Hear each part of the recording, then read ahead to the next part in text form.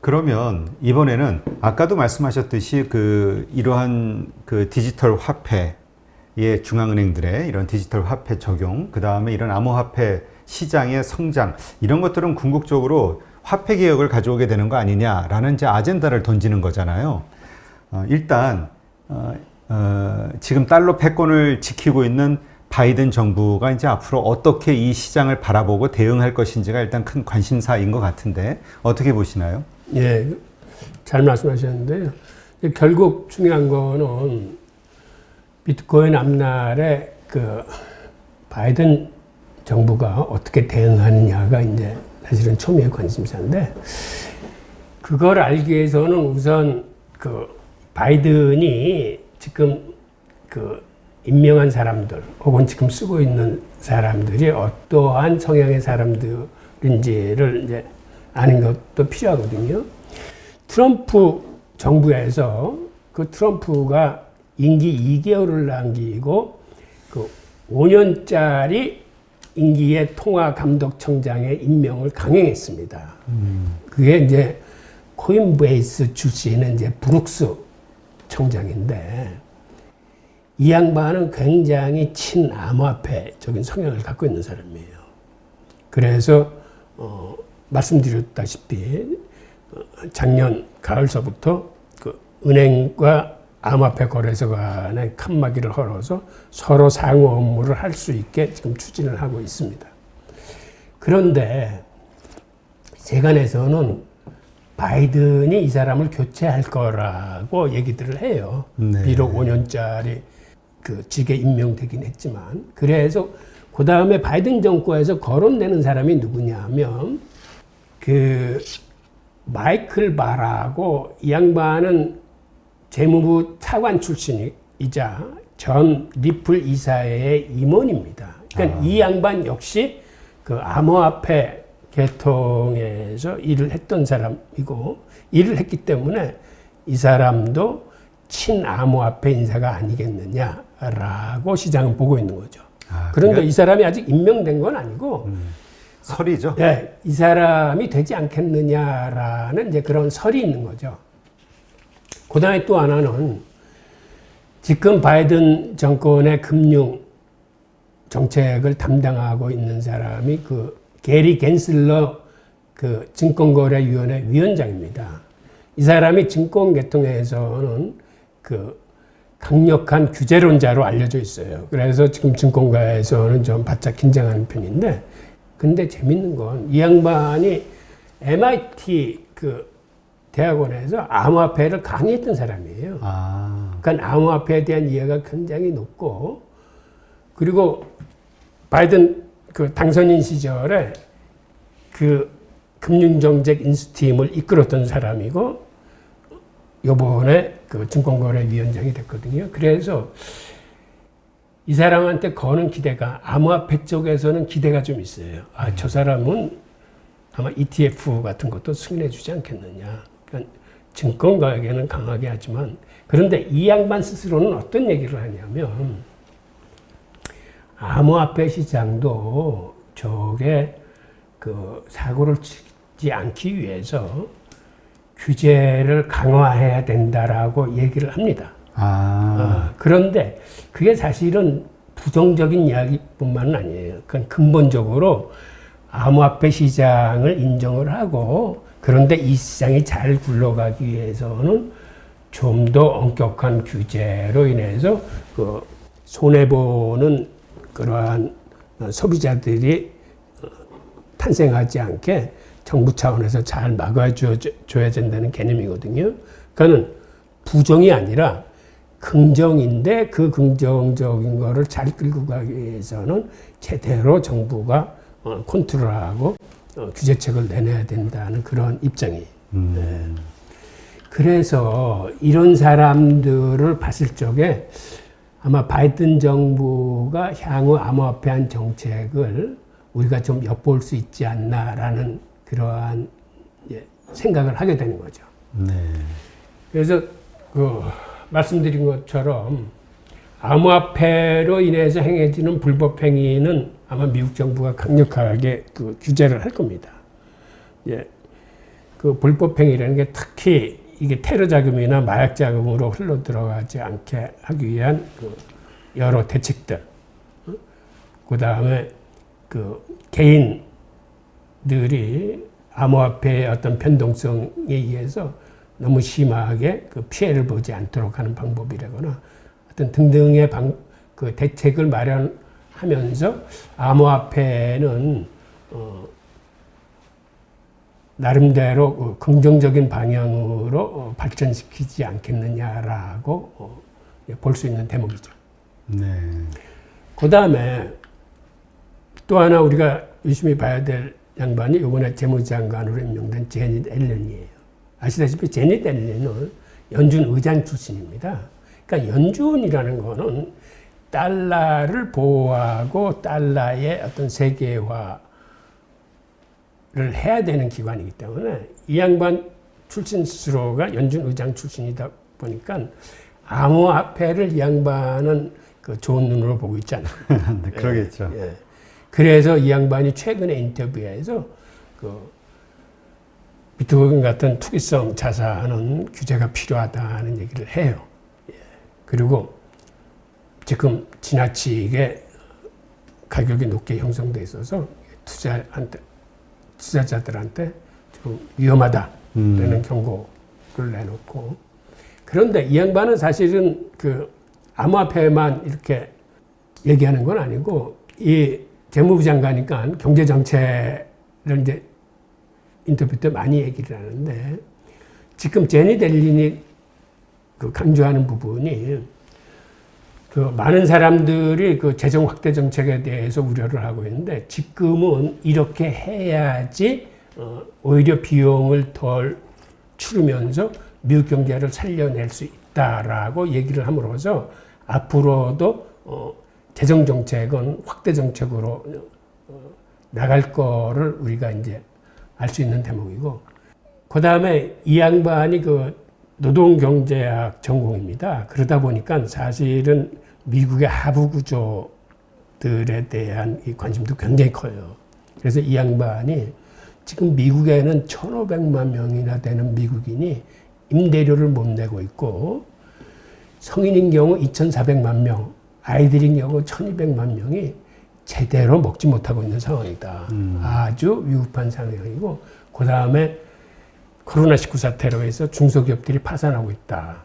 어떻게 하든지 정부는 이거를 막아야 된다라는 생각을 하고 있어요. 그러니까 연준 의장으로 있을 때하고는 지금 이제 보는 시각이 완전히 틀린 겁니다. 네. 연준 의장일 적에는 저금리와 양적 완화 뭐 이런 식으로 그 주도를 했다면, 양적 완화가 그간 있는 사람들한테만 그 페이버를 주고 서민층, 빈곤층한테는 제대로 기능을 못했기 때문에 재정을 통해서 이런 하부 구조들의 붕괴를 막아야 되겠다라는 의지를 표명하고 있는 걸로 봐서 그 미국의 어떤 저런 정책은 생각보다는 이제는 좀 제대로 가고 있는 게 아니냐라는 이제 판단을 하게 될 수 있고, 또 이 양반은 연준 의장 출신이기 때문에 연준하고 상호 협력 관계를 잘 이끌어갈 겁니다. 그래서 연준은 지금 사실은 그렇게 할 수 있는 역할이 없어요. 네. 그런데 이거를 재정 쪽에서 같이 이제 손잡고 미국 경제를 이제 살리지 않을까 생각을 하고, 그 다음에 아까도 말씀하셨듯이 디지털 화폐는 이제 화폐 개혁을 의미하는데, 그 디지털 화폐가 이제 사용이 본격화되면 우리나라 같은 경우는 아마 그 1000대 1 정도로 화폐 단위가 이제 변경될 가능성이 있습니다. 네. 즉, 이게 변경된다는 얘기는 이건 사실 화폐 개혁 속도가 다른 나라보다 빨라진다는 걸 의미해요. 다른 나라는 사실은 지금 종이 화폐를 쓰건 디지털 화폐를 쓰건 이거를 급히 빨리 할 이유는 없습니다. 그러니까 이게 서로 1대1로 가는 한 점차 이제 디지털 화폐 쪽으로 가겠지만 충분한 기간을 줄 텐데, 만약 우리 같은 경우 리디멘션을 통해서 지금의 1,000원이 일환이 된다 그러면 이거는 마냥 천천히 갈 수 있는 성질의 게 아니고, 모든 게 앞으로는 그 새로운 화폐 단위에서 맞춰지기 때문에 이거는 국권이 빨리 그 새로운 디지털 화폐로 이제 교환이 돼야 되기 때문에 다른 나라에 비해서는 그 화폐 개혁 속도가 굉장히 빨라지지 않겠느냐를 생각이 들고요. 그 다음에 지금 비트코인을 왜 화폐 혁명의 변곡점에 서 있다라고 보느냐 하면 지금 중국 같은 경우는 달러 결제 시스템에서 빠져나가기 위해서, 즉 독립하기 위해서 자기네 스스로의 그 결제 시스템을 만들었어요. 그거를 이제 CIPS라고 부르는데 이 칩스 시스템이 굉장히 빠른 속도로 커지고 있습니다. 또한 러시아 또한 그 루브라 결제 시스템을 만들었어요. 그래서 예전에는 2016년만 해도 중국과 러시아가 무역할 적에는 중간에 매개 화폐가 달러였습니다. 90% 이상이 달러로 그 수출을 했는데 지금은 벌써 이 비중이 40%대로 이제 줄어들었습니다. 앞으로 점점 줄어들고 이제는 자기네들 화폐로 이제 거래를 하게 되는데 이게 중국과 러시아의 관계뿐만 아니고 여기에 인도도 가세하고 그 다음에 그 브릭스 5개국이 자기들의 화폐로 이제는 수출을 하게 되면은 그 인구가 세계 인구의 거의 한 40% 정도 돼요. 네. 그 다음에 유럽도 차제의 중앙은행 디지털 화폐가 되면서 이제 마냥 미국 달러에 끌려다니지 말자 해서 자기네들끼리 디지털 화폐의 어떤 표준화를 추구하고 있어요. 그러니까 유럽 통화끼리는 디지털 화폐가 되고 각국의 통화가 서로 쉽게 교환될 수 있도록 그러니까 일종의 유로화의 이제 기축 통화를 그 지향하고 있는 거고 그 다음에는 이러한 그 정부 사이드 부분은 아니라 민간 사이드 부분에서 지금 JPN 코인이 그 송금 통화로 쓰이는 스테이블 코인이 되고 테더나 그 USDC 스테이블 코인이 금융권의 거래나 결제가 되면서 이제는 기존의 달러 이외에 뭐 EU 디지털 화폐, 브릭스 디지털 화폐, 민간 분야의 스테이블 코인, 그 다음에 비트코인 같은 암호화폐들이 나타나면서 이제는 통화가 분권화되고 이제 다양화되는 쪽으로 흘러갑니다. 그러니까 옛날처럼 달러가 주도했던 세상에서 이제는 이게 좀 다양화되는 거죠.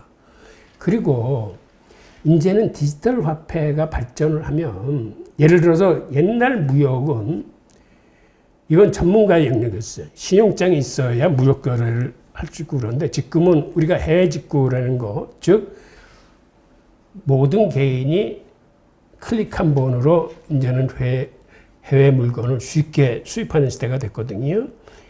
아마 화폐가 그런 식으로 발전을 할 겁니다. 이게 암호화폐가 껴들고 세계화폐가 껴들면 옛날처럼 자본의 이동을 엄격하게 막아낼 수는 없어요. 근데 그러다 보면 클릭 한 번으로 이제는 쉽게 내가 사고 싶은 통화하고 예를 들어서 원화를 쉽게 바꿀 수 있는 거예요. 그러니까 예전에는 공급 사이드에서 패권국이 통화를 주도했다면 이제는 소비자들이 즉 세계 시민들이 자기가 거래하고 싶은 통화, 갖고 싶은 통화로 그거를 주도할 수 있기 때문에 예를 들어서 앞으로 뭐 중국의 경제 성장이 더 뛰어나고 무역 흑자가 커지기 때문에 위안화가 강세로 갈 수뿐이 없다 그러면 이제는 누구라도 약세 통화를 갖고 있지 않고 위안화를 소지하려고 드는 거죠. 이제 그거를 예전에는 그게 어떤 면에서는 전문가의 영역이었지만 이제는 모든 세계 시민들이 다 그렇게 할 수 있다는 의미가 되는 거예요. 그러면은 이제는 공급 주도가 아니라 소비 주도의 통화 시대가 오지 않겠느냐. 이러한 중요한 변곡점에 우리가 서 있다는 사실을 인지하고 그렇다면 이제는 수동적으로 끌려갈 게 아니라 그런 미래가 눈에 보인다면 좀 더 능동적으로 변화를 이끌어야 하지 않겠느냐는 게 제 소견입니다. 네. 근데 교수님 말씀 들어보니까 결국 우리가 현재도 뭐 FX 마진 거래 뭐 이런 형식으로 외환 거래가 이제 일어나고 있잖아요. 근데 이 디지털 화폐 시대가 되면 이러한 영역이 말씀하신 대로 훨씬 더 커지고 아주 자유롭고 아주 빈번하게 일어날 수 있는 하나의 영역이 될 수도 있지 않겠나 이런 생각이 드는데요. 그러면 이제 통화가 이제 상품이나 마찬가지로 그 일종의 주식이나 마찬가지가 되는 거예요. 그리고 쉽게 누구나 근접할 수 있는 지금의 FX 거래는 사실은 그 어떤 면에서 전문가 영역인데 이제는 모든 시민들이 그 일본의 와다나베 부인이 되는 것처럼 그 자유롭게 통화를 결정을 해서 그거를 보유하거나 거래할 수 있는 그런 날이 생각보다는 이제 빨리 올 겁니다. 네. 근데 아까 언급하셨던 화폐 개혁과 관련해서는 좀 논란이 있을 것 같은데 일단은 화폐 개혁이 가능하지 않은 이유로는 지금 뭐 베네수엘라 예를 많이 들면서 이 인플레이션을 감당할 수가 없다. 말씀하신 대로 1000분의 1, 그러니까 달러와 사실 1대1로 하는 거잖아요. 그렇게 했을 때 그 인플레이션으로 안 될 수밖에 없는 이유를 보통 두 가지를 대시더라고요. 하나는 말 그대로 물가 상승 이것 때문이고 하나는 누가 내 돈을 갖고 있겠느냐, 한국 돈을 1대1로 바로 달러하고 교환하는 그러한 일들이 일어나면서 역시 이 화폐 개혁이 실패로 돌아가게 될 것이다 라고 이야기하시는 분들도 있더라고요. 근데 제가 보기에 그거는 기운 것 같아요. 왜 그러냐면 우리 돈이 더 강세로 갈 가능성이 큽니다. 달러보다는. 그래서 왜 그러냐면 우리는 무역 흑자국이에요. 펀더멘털이 좋아. 그리고 미국은 지금처럼 저렇게 재정 정책 확대하고 달러를 많이 발행하면은 가격이 떨어질 뿐이 없어요. 그러니까 오히려 이런 상황에서는 우리 원화를 갖고 있어야 되고 주식도 우리 한국 시장의 주식을 선호하는 게 이제 맞다고 보거든요. 그다음에 베네수엘라 같은 사태는 거기는 특이한 경우예요. 중남미는 그거는 좀 예외 지역입니다. 옛날서부터 중남미는 외환 위기에 많이 시달렸을 뿐만 아니라 이미 국민들한테 신뢰를 잃었기 때문에 통화는 사실은 신뢰예요. 그러니까 인플레이션이 무서운 게 아니라 인플레이션이 일어날 거라고 내다보는 기대 인플레이션이 위험한 거거든요. 그러니까 사실은 인플레이션은 웬만한 건전한 나라는 웬만한 선에서 막을 수가 있어요. 특히 우리나라는 굉장히 건전합니다. 통화 발행량이 많지도 않고. 그러니까 초인플레이션은 어느 때 오냐면 웬만한 인플레이션이 아닌 기대 인플레이션을 잡지 못했을 때 모든 사람들이 자기네 통화에 대한 불신을 했을 적에 이제 초인플레이션이 오는 거거든요. 네. 그래서 그거를 베네수엘라하고 우리나라하고 비교하는 거는 그거는 온당치 않은 것 같아요. 근데 그러한 얘기도 있던데요. 우리가 그러니까 한국은행이라든가 이런 걸 통해서 여러 그 공식적인 그런 것들을 통해서 발행한 통화 발행량도 있지만 그거 말고 그 은행 시중 은행들에서 대출을 통해서 발행된 맞아요. 그것까지 하면 우리가 미국보다도 오히려 이 화폐 유통량은 더 많은 그 데이터가 나온다 이런 얘기 하시는 분도 있더라고요. 그 비중으로 봐서 이제 그럴 수는 있죠. 그러니까 신용 창출이 이제 많아지면 그럴 수 있는데 그거는 사실은 경기 회복하고 같이 가기 때문에 그렇다면은 그거는 오히려 우리나라의 경기 회복이 미국보다도 더 빠를 수 있다라는 어떤 의미에서는 긍정적인 신호로 받아들일 수도 있거든요. 그런데 우리나라는 재정이건 통화건 굉장히 건전한 나라예요. 그래서 그 중남미처럼 그렇게 사고 치지 않습니다. 그리고 우리나라는 펀더멘털이 좋아요. 네. 하여튼 이 화폐 개혁과 관련해서는 뭐 워낙 그 이론의 여지가 많은 부분이기 때문에 다음에 또 한번 다루는 걸로 하시고 일단 이 디지털 화폐가 활성화되고 적용이 되는 나라들이 많아질수록 화폐 개혁은 당연히 따라붙는 하나의 그 상수로 봐야 된다. 일단 요 정도에서 거기에 그 예상되는 뭐 부작용이라든가 뭐 그 긍정적인 부분이라든가 이런 거는 또 다음에 다루도록 하겠습니다. 네, 오늘도 이렇게 어려운 분야이죠. 비트코인, 디지털 화폐. 접하지 않으셨던 분들에게는 좀 어려운 분야이긴 한데 또 이렇게 쉽게 좋은 인사이트를 설명해 주셔서 좀 이해의 폭이 넓어진 것 같습니다. 네, 수고하셨습니다. 네, 감사합니다.